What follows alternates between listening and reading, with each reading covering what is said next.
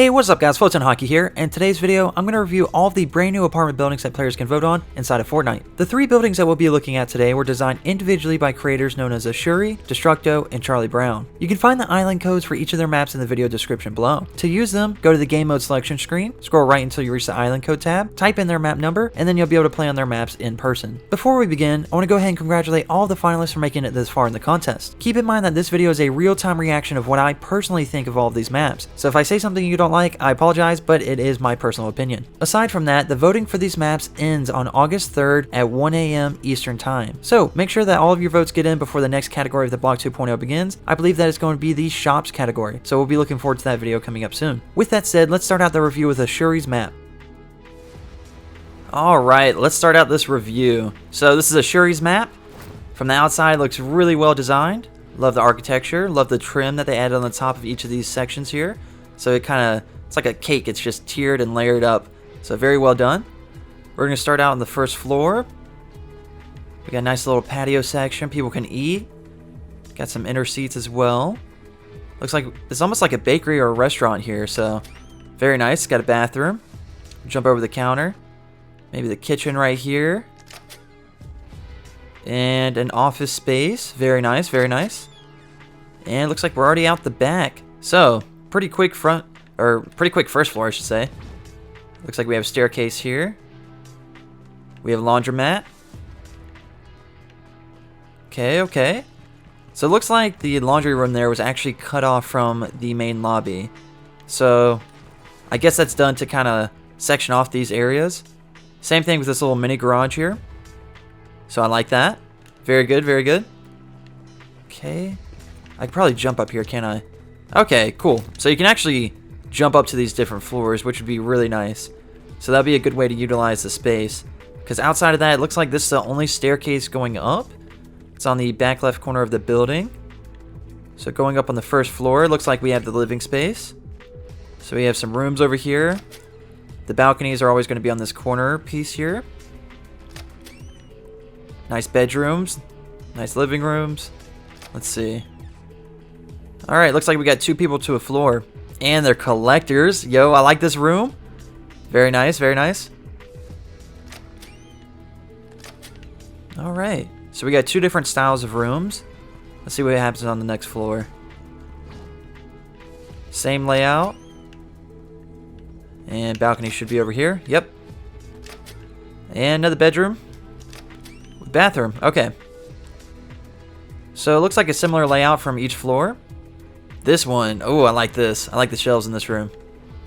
I like the little painting on the wall. Alright. Not too shabby. Ah, this is like a suite. It's got two balconies. Let's go. Okay. So, from what I'm seeing right now, there is this only one access point to actually go up to the next floors. Just from the stairwell here. So, I think it would be better if there's other ways to actually access these higher level floors. And make it a little bit easier. I know people can scale the outside here like I was doing earlier. That could be a way to get up pretty easily. But it might be nice to have just, another point of access.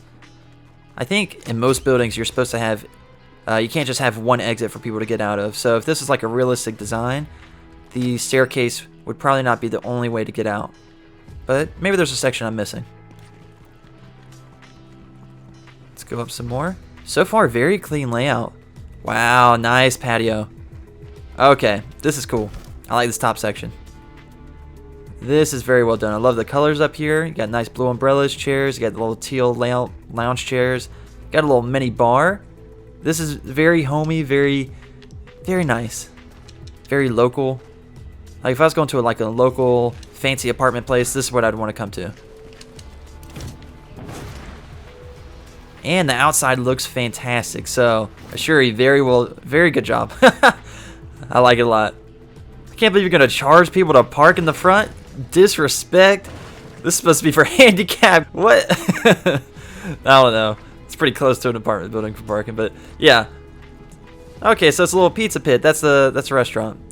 So yeah, my only I guess con for this is the access to other floors. Maybe even this front level here.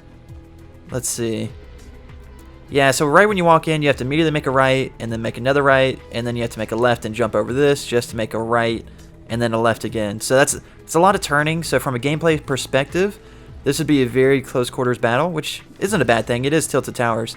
So I would say very interesting, very, very cozy, I guess, main lobby area. So very nice. All right, let's go on to the next one. So now we are on Destructo's map. So this is definitely a different design. There's not as many lower level tiers like we saw on Ashurrii's map.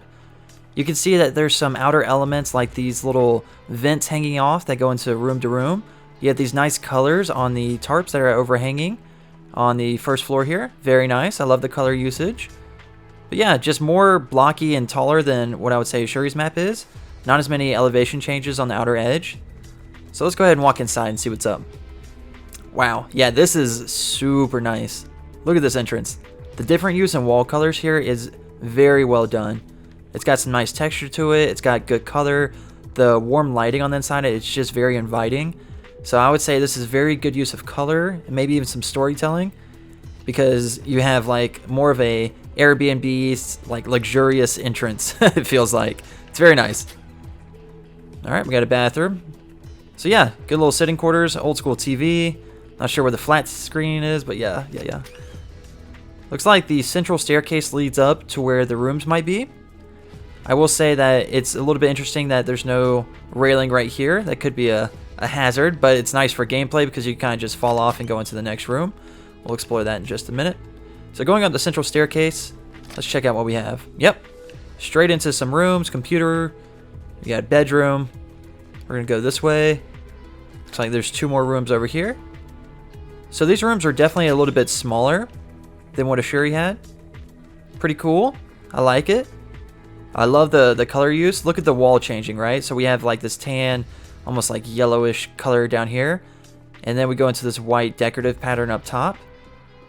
I will say though, looking at this hallway, maybe even on this corner piece here, it seems like there's some empty space going on. So maybe we could have had some cabinets along the wall here, or just something to break it out, like maybe some common room like chairs or benches. I think something like that would have been very nice.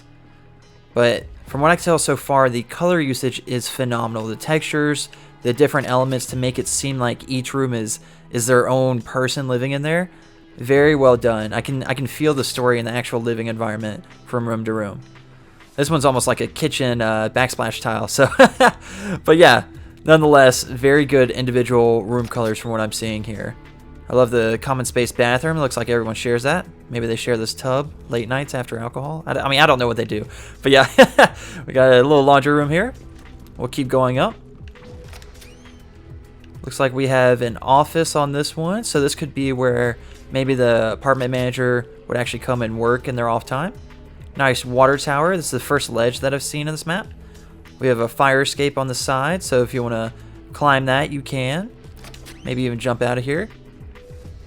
All right, so this little area is a little bit interesting right here. It kind of transitions from the standard apartments to more of another upper common space area, which then goes into, let's see, maybe it jumps into the balcony. So it's someone's living space here. So I think this is a little bit interesting. You have a bedroom that kind of leads into the balcony. So maybe this is like the suite where this entire upper area is only for this one person. So, I mean, it's pretty cool. I love this upper area. Very well done, just like Ashurrii's map. This is just very colorful, very well laid out. It's super clean. It's almost got like a minimalistic like vibe to it. I love the colors and the chairs and the umbrellas. You can bounce and go from place to place. The accents that he has on the outer side and the top here are very well done. So you can see he's carried over a bunch of the, I guess, venting units on the outer edge here. So even with this water tower on the floor beneath it, you can kind of just jump up to the top. So I really like that. Let's take a look at the bottom side again. So the entrance is right over there. Let's check out what this door has. All right. So I would assume this is like the workshop. It's got a lot of tire elements for like garage work, but it also seems to be a food center maybe, but more so of a workshop. Not too sure. A little pizza workshop. How about that? That also deals with cars. So yeah, I guess those are the only entrances so far, but it looks great. I love the center space right when you walk in. I love this little workshop you could pass through. There's definitely, very similar to Ashurrii's map, there's only one way to really get up to the top. I don't think you can climb these that well since they're overlapping with one another. But overall, love the structure, love the colors. I would say just because the individuality in the rooms so far, it makes it seem like players are living here, which gives it a good storyline. I would say probably this is my winning map so far out of the two. But let's jump into the third map. Alright, this is the third and final map that we'll be reviewing. So from the outside, it looks very clean, very, very good aesthetically. We'll notice that it has some tiers right here where players can hop up. And the brickwork is actually different than the other two. It's a little bit more gray, similar to that at the Daily Bugle. So from a visual perspective, you can already tell it's a little bit different just because of the color alone. I'm assuming this is the main lobby area. We have some mail for all the tenants here. We have a little lounge area. Public bathroom. There are windows that seem to be around this entire area, so definitely I wouldn't hang out here if I was here during gameplay. I would probably just run through very quickly. Maybe it'd be nice to have something in this empty area right here just to kind of break it up just a little bit because there's a lot of empty floor space there. But other than that, very well done. We go straight into an apartment. It's got a nice bathroom. It's got a lamp hitting this bookshelf here. Looks like it broke it. Wow. Maybe the cleaning guy came in and accidentally knocked it over or something. Nice little bedroom. Cool little balcony. It's a pretty cozy place, you know. It's got a nice little washroom area. Alright, let's move on up. Let's see if it's a similar layout. Oh man, this is pretty cool. So this one's really neat because you can see that it has trash all over the floor. It's a little bit messy, and that kind of gives it some life. A little bit of storytelling. Wow, even in the bathroom, bruh. Okay, so whoever lives here needs to clean up ASAP, but maybe these boxes are showing that they're moving in and things are just super messy right now. But yeah, just visual storytelling I think is very important when you're making your choice on these maps, because it allows you to understand like that there are people living here, or it gives you a little bit of life to the environment. Something that says like, hey, this has like lore behind it. I think that's always important when you're building stuff. So yeah, some construction in this wing. Looks like it has even, I'm not sure what this is, like a like an air cooling room, I guess.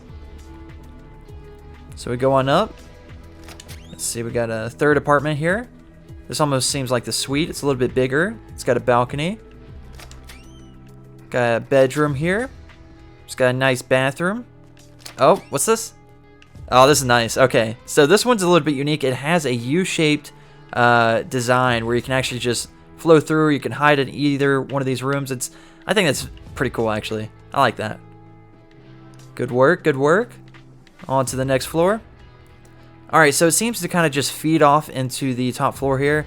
I wish there was some separation because from what I'm seeing when you walk up, it kind of just immediately jumps into a patio section. I don't know, maybe there could have been like a double door separating it. I don't think either of the other maps had it either, so not too bad, but patio section's fire. Love the colors, again, love the umbrella use. I love the little bars here as an overhang. You can use this to climb up, maybe even peek over the ledge and snipe people. It's got a bar and everything, so yeah. This area seems almost like it's a little bit more messy. So you can see it's just kind of trash underneath these areas here, and there's construction going on in lower wings. So it's almost like maybe this whole place is a little bit more of a dive, but maybe it just has more slummy people here. Maybe it's under construction. Maybe it just went through a storm. Who knows? So yeah, let's check the lower floor. So we had the front entrance there. Looks like the right side has no real entrance. Back side has two entrances to the same first floor. And yeah, that seems to be it. Cool. I approve of this map as well.